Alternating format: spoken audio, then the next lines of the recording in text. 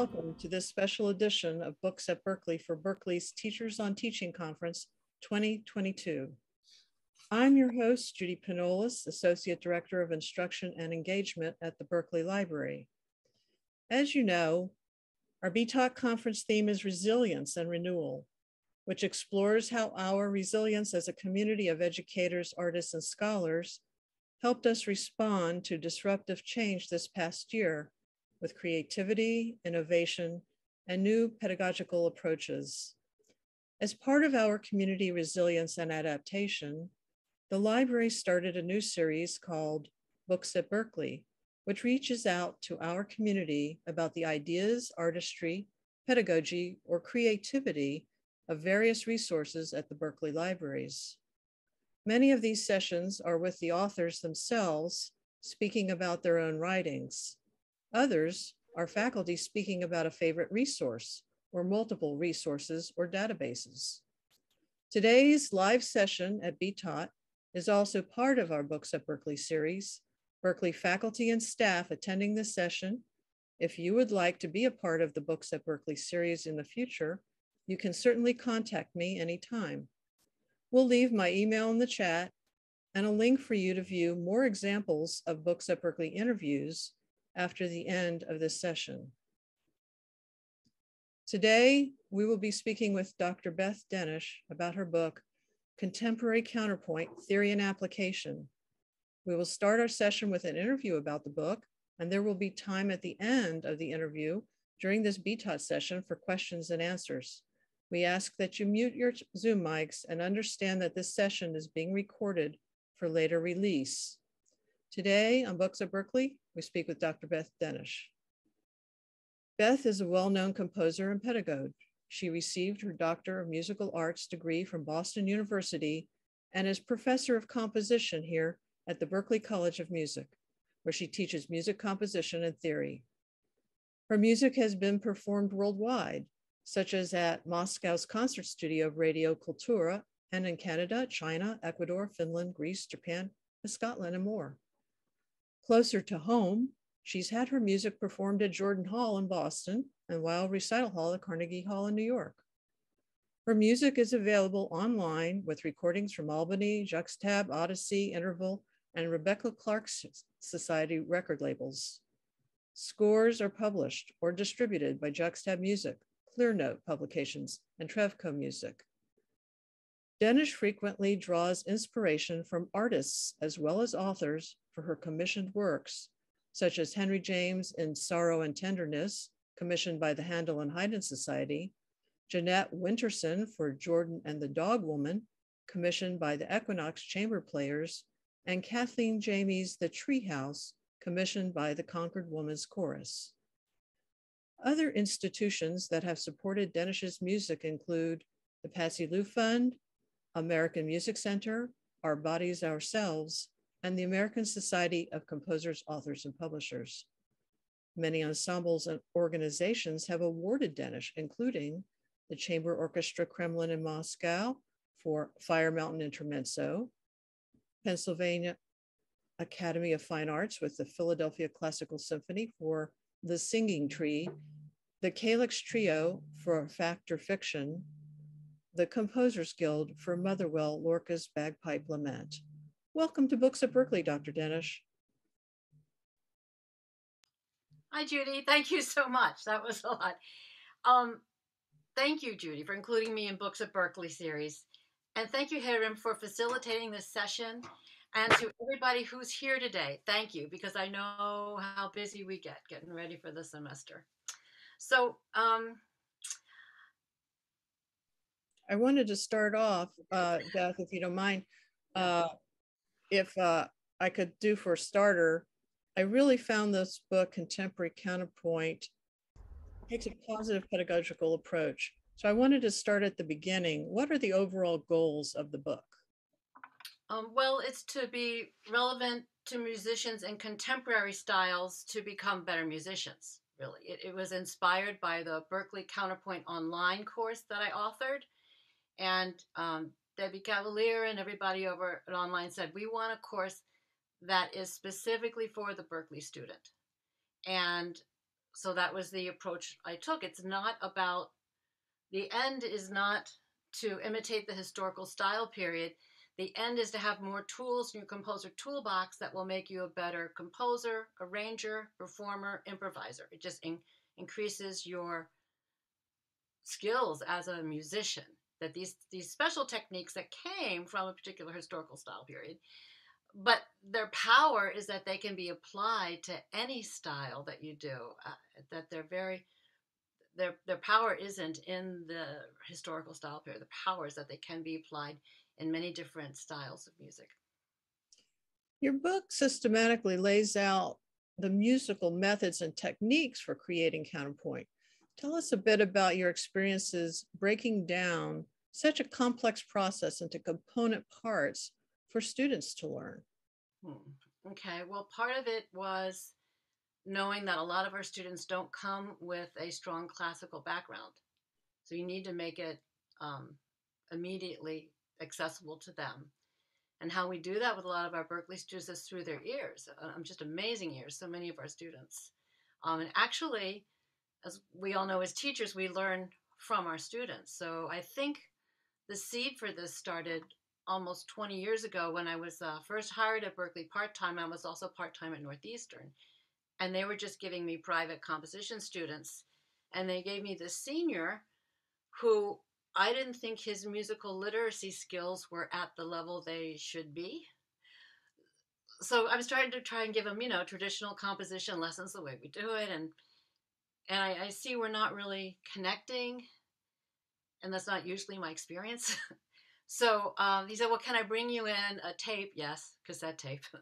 Of a piece he had written, and he was using digital technology at the time. This is early aughts. And I said, sure. So he brought it in, and when he played it for me, luckily, I heard it.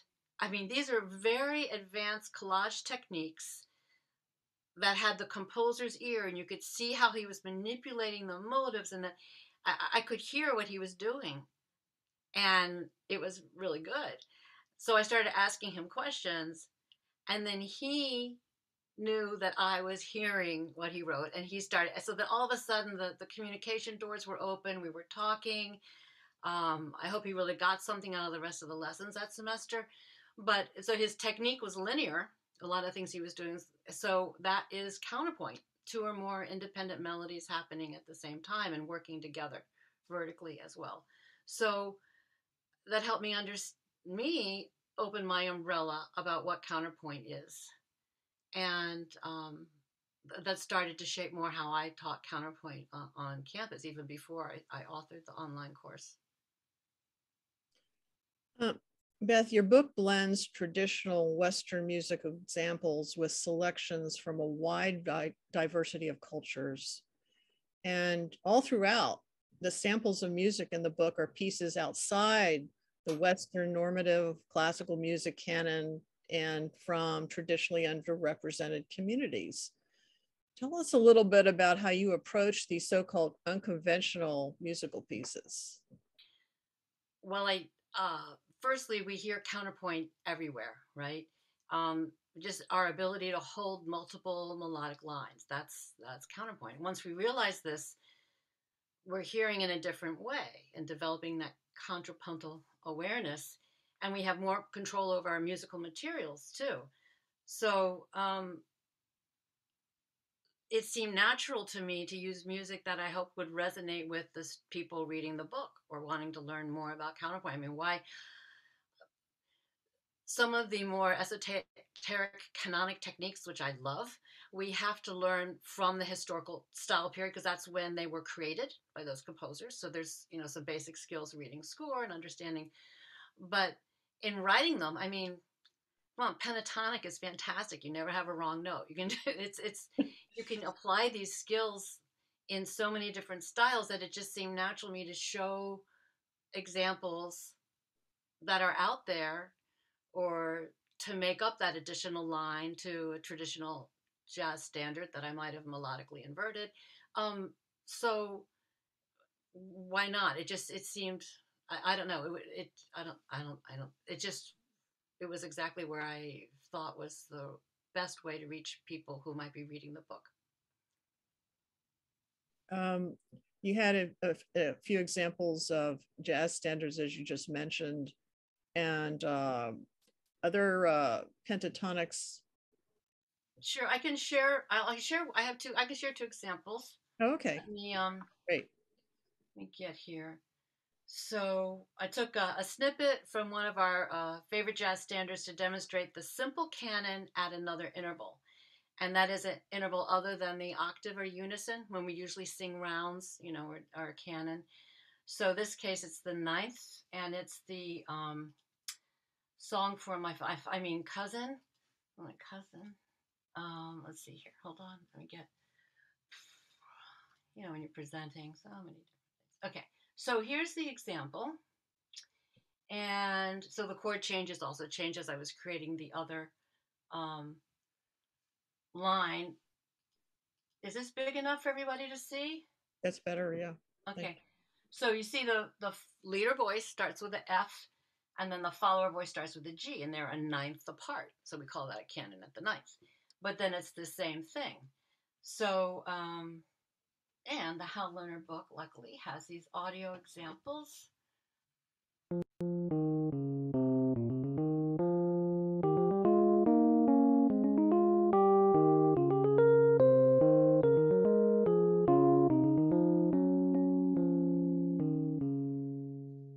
Okay, so it's just a part of the piece, but it shows how well a good melody works. First off, it's partially manipulated from the original, and then you can hear those two lines that are the same, but one's transposed for the other, and so that's an example of a canon at another interval, and that's taken from a manipulation of a jazz standard. And then another one I wanted to show was double or inverted counterpoint. And that's easy to get. It's like if you have a treble voice doing a melody and counterpoint or bass doing another melody, then you just flip them. Then what was in the bass is in the treble, what was in the treble is the bass. And that's called invertible counterpoint or double counterpoint. I actually prefer calling it double counterpoint. So let me share this with you.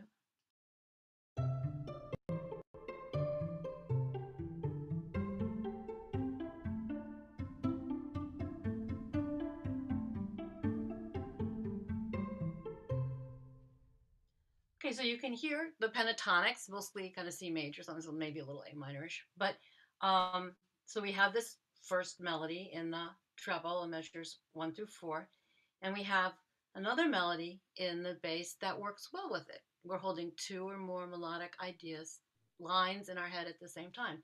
And then I just flipped them. And you see that the treble voice in measures 1 through 4 is in 4 through 8, and the bass in 1 through 4 is in 4 through 8 in the treble. Simple technique that works great. I even think is applicable and maybe even into sound design and registral, issues. It's just another example of how fantastic counterpoint is when it's liberated from just being seen as learning to imitate a historical style. And that's really great. It's clear that one of the great strengths of your book is creating these segments that describe in very minute details, these details about the music.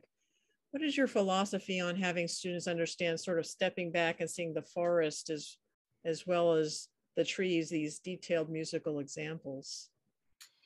Yeah, well, so it comes back to you have to be comfortable with the fundamentals of music to do this, and learning these counterpoint techniques that also in score reading. So sometimes that needs to be worked on. But as students become comfortable with the basic fundamentals, they can zoom in and see that individual motivic imitation. And they can zoom out and look at the whole big piece as well. So most of our students, to some degree, they have their ears with their playing, and when you put a score in front of them, sometimes the blinders will go up. But when we use their strengths, like for example, I'll say, bring a piece of music you like in one of your favorite styles that has some counterpoint in it, then it becomes part of their world. and they bring it and share it with others. And then you talk about how counterpoint that is, or is it layered ostinati? Can we expand counterpoint to include layered ostinatos, of which contemporary music is filled with many examples? And they start to get excited when they see that it really is part of their musical world already. They're just learning a new way to hear it. And so this door of opportunity for learning, connecting the eye and the ear, actually helps with score reading skills in doing that way, making it relevant to them so they can see how it's already part of what they do. And that gives them more skills to do what they want to do even better. Right. They get excited about this is really something that's approachable to them. How did your approach in this book differ from more traditional theory and counterpoint books? Well, traditional techniques that are found in the repertoire need to be taught. But the purpose of teaching the traditional techniques is so that they can be applied to contemporary popular styles of music in innovative and exciting ways. So that really, honestly, to me, is the true power of counterpoint. So the musical efficacy of those techniques, the fact that they work so well, it surpasses the stylistic boundaries of their origin. Oh, that's great. In your book, each chapter contains specific exercises, which is typical, of course, of a textbook. But tell our audience a little bit about your take on tiered or sequential exercises as part of the music education process. So I start with some basic music literacy stuff just to make sure everyone's on the same page. And we look at a single melody. We look at, we move back and forth, like you said, between looking at the tree and looking at the whole forest. So they get used to that, whether it's with a very simple item like identifying melodic contour, or a very more complex item like musical forms. So as I teach them, we're zooming in and out. So they're getting used to that. So by the time we're analyzing inventions toward the end, they are comfortable with that process. Okay, how is that motive changed in this? Oh, it's inverted. Oh, here it happens in this measure, this measure, this measure, this measure. And those, so it's, you just get them used to a process of moving back and forth instead of zooming in, getting frustrated and lost. If you're zooming in, get frustrated and lost, you zoom out and you just look somewhere else. And then slowly the little pieces will come together. So it's a way of approaching it to keep them interested and feeling like they're capable rather than being overwhelmed with it. Well, you mentioned a little earlier about contemporary music having the layered ostinatos, and I was wondering what role you see, additional roles, or if you wanted to elaborate on additional roles for counterpoint in today's popular music. Well, one of the first, again, things that my students taught me, and this was a while back, was the thrashers, the heavy metal guitarists. Those solos, the good ones, have a lot of counterpoint in them, and sometimes remind me of the solo Bach pieces where the violins holding multiple melodic lines at the same time. So a lot of it comes, our learning as teacher, or for my learning as a teacher, came from my students being experts at their style of music. And then when they bring it to me and I say, oh yeah, look at what this is doing here. And then they can name it, and then they can use it at a higher level. So I've heard again and again from students how it helps them. For example, I had one student who got an arranging job for a celebrity pop star, and luckily he came back and told me it was because when that guy took his tracks apart in the studio, each single track stood up on its own as a melodic line, which is what we do in counterpoint. Whereas other arrangers applying for that job had used more vertical formulas. So when the celebrity star looked at each track line, it wouldn't hold on its own. So this way that guy could pick which tracks he wanted to use from my former student. And so what my former student presented to him was much more workable than what other arrangers presented to him. And he came back and said, thank you for teaching me counterpoint. And I was like, wow. That's great. We always love those moments. Yeah. Well, Beth, this is really wonderful. And thank you so much for talking with us about your book. Now I think we have quite a bit of time for some questions. And if other people would like to ask Beth questions about her book, we're definitely opening the floor up. Yeah, you bet. Thanks so much, Beth. Thank you, Judy. I just want to chime in. There was no questions over chat. So if you want to participate and make some comments or questions, you're free to just unmute and just join us. Thank you. I have a question, Beth. Dennis! Going from a historical point of view, as you know, at certain periods, say the Renaissance, we teach counterpoint through a species approach. And there is a language that they have in species in modal music. Then we move into the 18th century onwards.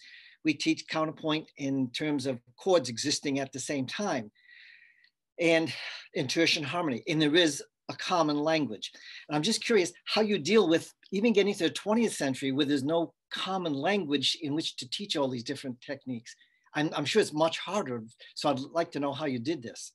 It is liberating, Dennis. Let me tell you, the language is only necessary, in my experience, is only necessary to understand the technique. Okay, so species counterpoint is only a pedagogy, the way of teaching. That's it. So I love teaching crab canon. They love that. Mensuration canon, where all those older techniques work well in contemporary styles. Especially film composers have told me you get stuck and you got a tight deadline, you can throw in that pentatonic mensuration canon and you know it's going to work. So I find that it is one big language of music, and that these techniques, again, they're not to imitate that historical style period. You have to know enough of the historical style period to understand what you're reading in the score and what you're hearing. But then you take that technique and you can apply it to contemporary languages, and it works fantastically. Good. So you may have a certain thing you're trying to show them, certain imitative counterpoint or non-imitative counterpoint, and show how it can be done in different time periods. It comes out to the same thing, but it's just with a different language. Exactly. Yes. I often have them do a small competency exercise to show that they get in the traditional language. You know, do you get it? Do you know what this technique is? Now do something exciting with it. Yeah, that's great, because I always felt in those years teaching counterpoint, if they never get past the point of imitating the historical style, they'll never really use it, because we're not going to write music sounds like Bach or Mozart. They've already done it. They've done it better. There's no point in. But that's what we as classical composers do, right? We take these skills and put them in our own language. So I thank you for putting that connection for me. You know, that really is, it's the same thing. It's just not just contemporary classical the way contemporary classical people think of it, but it's contemporary. Yeah. Right.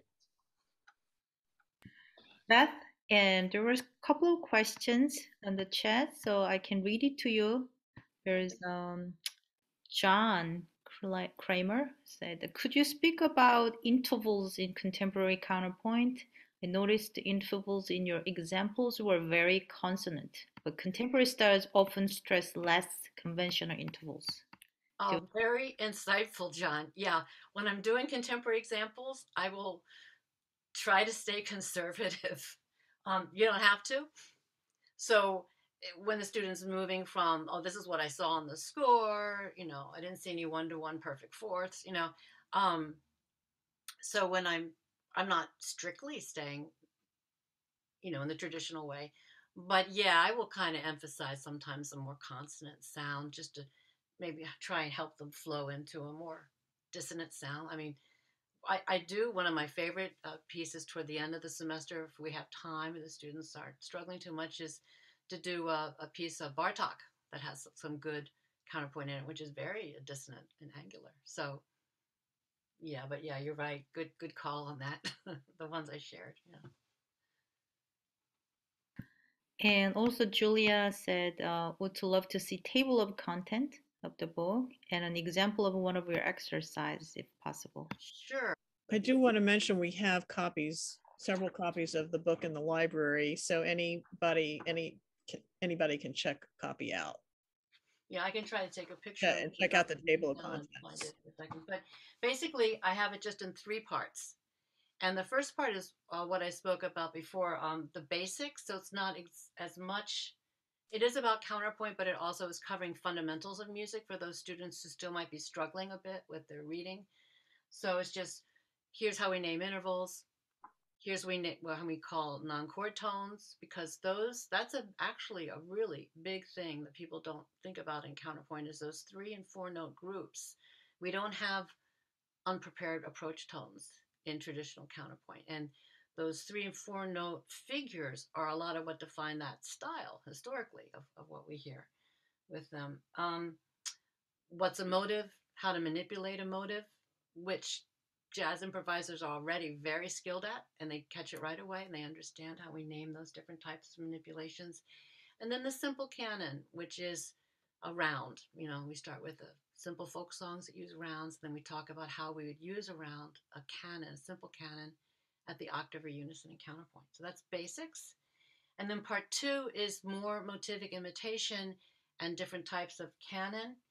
So we start to get into some of Bach's work, where that imitative counterpoint is just so wonderful and the students are pretty, they've taken that hook by that time. They're pretty excited when they start seeing when you listen to a piece of Baroque music and it just sounds right, and then you start looking at it and you see how it's so interwoven, or why it makes a sense, and people get pretty excited about that. But then we talk about another tradition in classical music as well as contemporary music, ostinatos. Ostinatos are everywhere with contemporary music, but they're also in the classical tradition. We see how counterpoint works over that as well. And then we start talking about canons at other intervals, like the one I shared, and canons, other types of canons. So that's the second part. And then the third part is more advanced. I do, like I was talking with Dennis about before, some earlier techniques some of them are involving rhythm, like what we call a mensuration technique, is when you have one melody and 3 or more, or however number of voices are playing it, but they're all moving forward at different rates of speed, right? That's pretty cool. So that's a good way to meet a deadline too, if you have to come up with a texture. And then we just talk about how it can be applied more contemporarily. I can share more examples. I do have that stuff. Okay, so Bob Pilkington wanted to know, how do you address textural, registral, and rhythmic interference? What do you mean by interference? And we should also say, Bob, Judy, also has a book out on jazz counterpoint. What do you mean, Bob? Interference? I call it chaos factor. When it gets to the point where it's hard to keep track of any one particular line, that creates a tension that can either be positive or negative in terms of what it produces, the result that it produces. So controlling those factors, like registerio, when voices are crossing often, textural, rhythmic Sure. conflict. I see what you're saying. So the question is, can you hear me? Okay. So the question is, did that person make a mistake, right? Is it wrong? So is the mud desired? If the mud's desired, it has to be by design. Often I think students have trouble with register because they're using tiny MIDI keyboards and clicking that octave button to go around. So they forget, 20 hertz to 20,000 hertz, we really have quite a large amount of hearing. So register, timbre, rhythm, all those things define a melody, how well we can hold it as a separate unity, or how it will start to lose that separateness if it's being, as you said, interfered with other voices. So most often those are mistakes. The students aren't paying attention to how they could have a better solution. So we help them find a better solution. If it's by intent, then I think that would be really cool, especially if it's clear, becomes mud, becomes clear again, right? So they're using that as another element. So Yeah. it has to be intentional. And if it's not, you need to clean up that mud. That would you say, adding to Bob's, it's he almost like I think he's talking almost like a collage type of effect at one point where you don't hear all the things. I'd just say maybe Charles Ives would be a good one to look at. Oh God, yes. But then if you look at like some of the pieces where he used such familiar hymns, Mhm. so in addition to the collision of it, if there's a cultural expectation that the listener is going to know that melody outside of that composition, there's an additional gestalt that they're going to be able to hold it separate. Cool. Beth and also Francesca, thanks you from piano department. I have a question. With which historical musical time period does your book begin with teaching counterpoint? Thank you, Francesca. We cover about 800 years of classical music in the Counterpoint book. We talk about the Sumer canon. It's one of the first manuscripts of written canon that we have, and which leads into lots of talk about riddle canons and really old pieces. And then I do go into a Bartok, so early 20th century. So tell us, Dennis, what is that, 900 years, something around there? So early Renaissance for sure, then it sounds like. Yeah. Okay. Hi. Thank you. Hi. Again, because whether it's modal or tonal, it's still a technique that we can make our own. Also, one more question. Does the book address post-tonal counterpoint as well? No, it does not. It applies it. It can be as dissonant as you want or as consonant as you want, but it's not a historical chronology about counterpoint. It's using techniques from different historical style periods to be applied in contemporary, meaning the Berklee meaning of contemporary ways. And then, sure, asks, what kind of feedback have you received from other teachers using your book to teach undergrad counterpoint classes? Well, Hiram, you had mentioned something. Sure. Well, I'm not invited to do this, but I was had a little chat with Beth before the session. So Beth didn't know about this, but I teach ensemble called Solo Piano Improvisations of Keith Jarrett. And this ensemble focuses on Keith Jarrett's pianistic skills, techniques, improvisation techniques. And you can really talk about his techniques without talking about counterpoint because he's deeply rooted and he has recordings of Bach and all counterpoint, recordings as well. So it was very overwhelming for me to talk about this even just for a semester of work because there's so much to cover. But I couldn't, not talk about, contemporary like counterpoint style because he's rooted deeply in classical, but he's improvising over it, in which I transcribe and I try to explain this. And I could just tell my students, well, just take counterpoint classes at Berklee. But it's not going to be enough. So I wanted to discuss a little bit and give some thoughts on my students what the the counterpoint is about. And at the time, Beth had this book, which I have here. So she published this book, and I went to the bookstore and just went through the book, what's in there. And at the moment, I just love even the definition of each counterpoint, what the canon and all other description that she put it there was very comprehensive. So as Beth mentioned before, I think this book works really well for a Berklee student. So that's what I really appreciate about. I'm sure there are a lot of great books Dennis and other teachers who teach at Berklee will use, and you probably authors as well. What I found though with the Beth book is it really works well with the Berklee student, very comprehensive. And it's as a teacher who are teaching some concept of this counterpoint, which can be applied to their performance or something else analysis right away.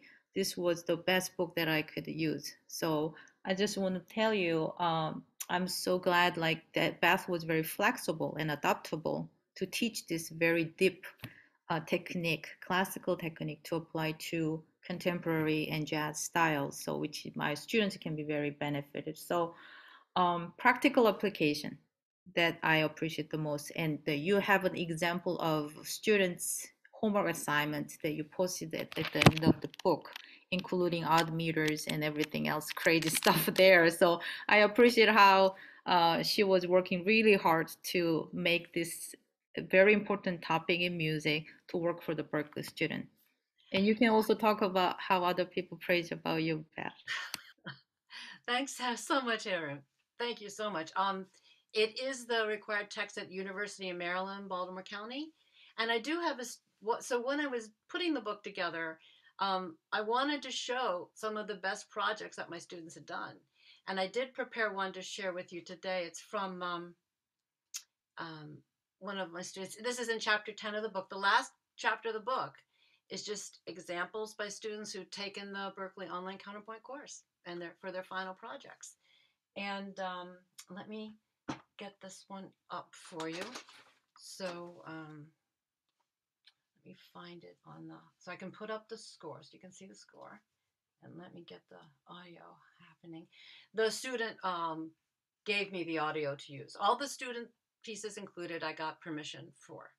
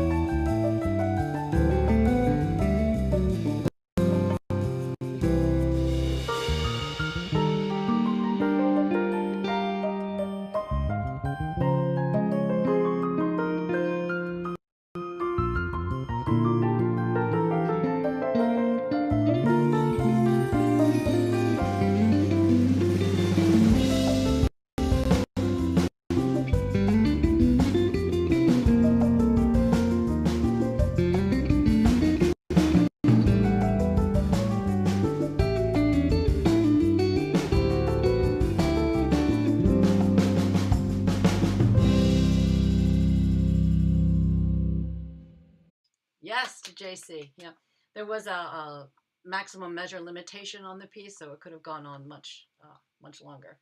But yeah, so that's. I agree, Ricardo. Good piece. Yeah. So the students come with so many different levels of ability. That's another thing about this book I think that works well. It carries for the student who's very emerging, and the student who's already had a amount of professional expertise, it can work for them as well.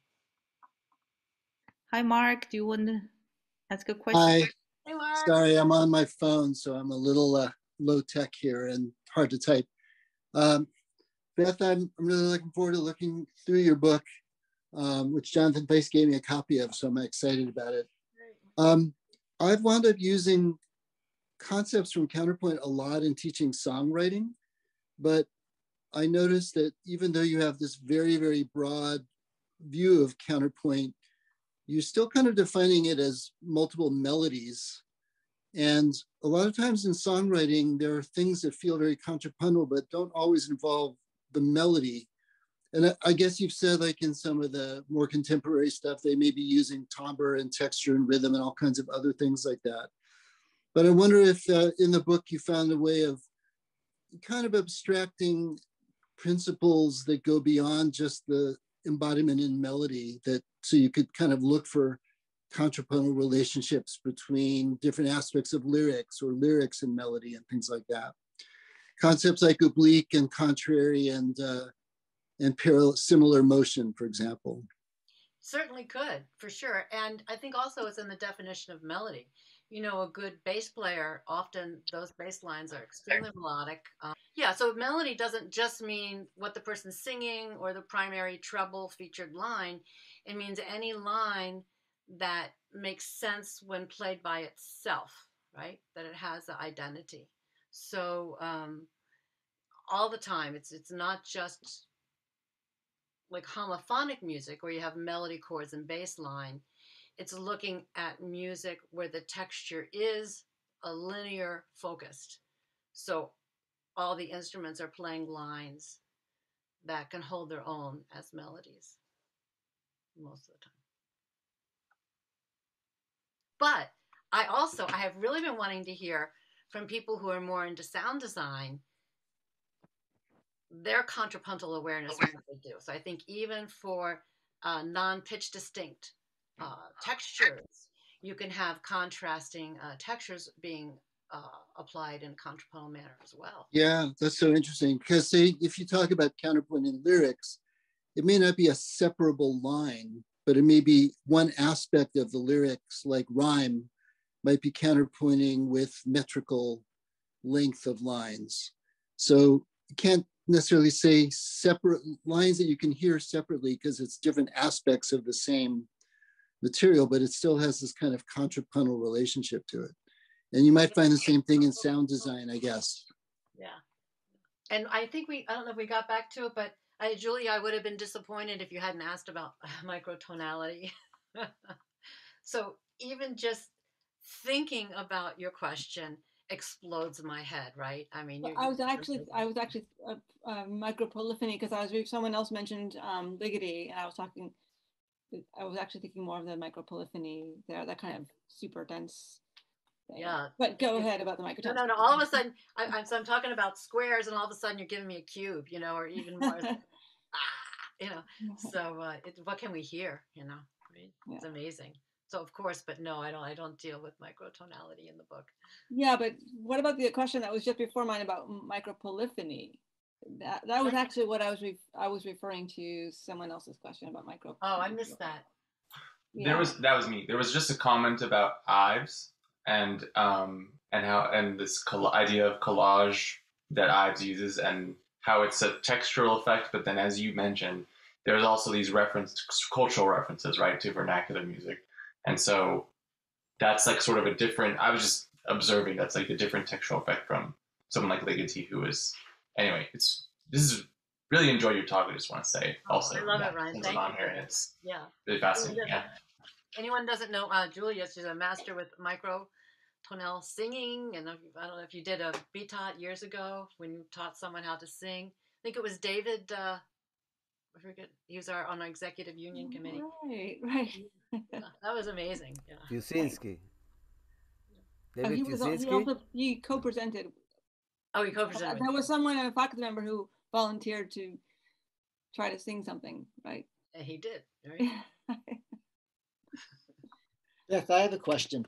Yeah, Dennis. Are all the examples you use in your book and all the assignments that the students write, are they always instrumental music? Do they have options of ever using vocal music? Have people used songs before? I don't think so. I mean, I wouldn't be against it. I use jazz standards, which have lyrics, but I'm using them not because of the lyrics, right? So, yeah, I've got After You've Gone, Beautiful, Ohio, things that are not copyright bound anymore, So. But if they wanted to do it, they would do an example of some kind of counterpoint and had it as a vocal piece or voice and piano, that'd be okay? Totally cool. Yep. Totally open to that. Yeah. And I just, thanks, Dennis. I want to reply also to Dave's hip hop thing. That was, my starting and my learning for that 20 years ago, Dave, when that student brought in that tape and I listened to it and I saw how his expertise and his virtuosity in his collage technique and his featuring a linearity in the way he moved his material. So yeah, definitely hip hop. What about pure rhythmic counterpoint? Do you work with that as well? Yeah, I almost shared that example, but then I decided not to, because so when I was talking before, where I have like one melody, but it moves forward at different rates of speed. So you can have canon by rhythmic augmentation or canon by rhythmic diminution, and one way of looking at that, I was trying to isolate the elements for teaching it, And so I just used percussion instruments. And if I can find that quickly, I should be able to pull it up.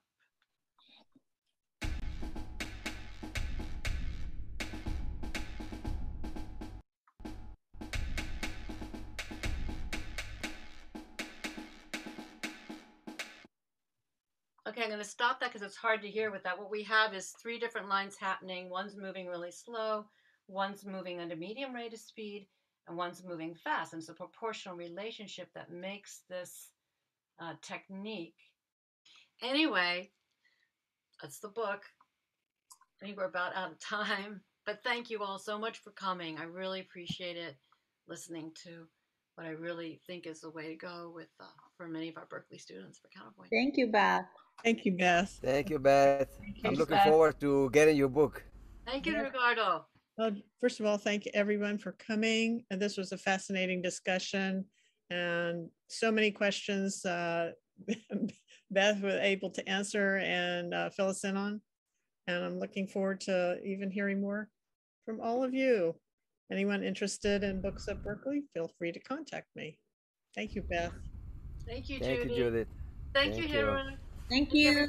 Nice to see you all. Bye-bye. Thank you. Great to see everybody. Yeah.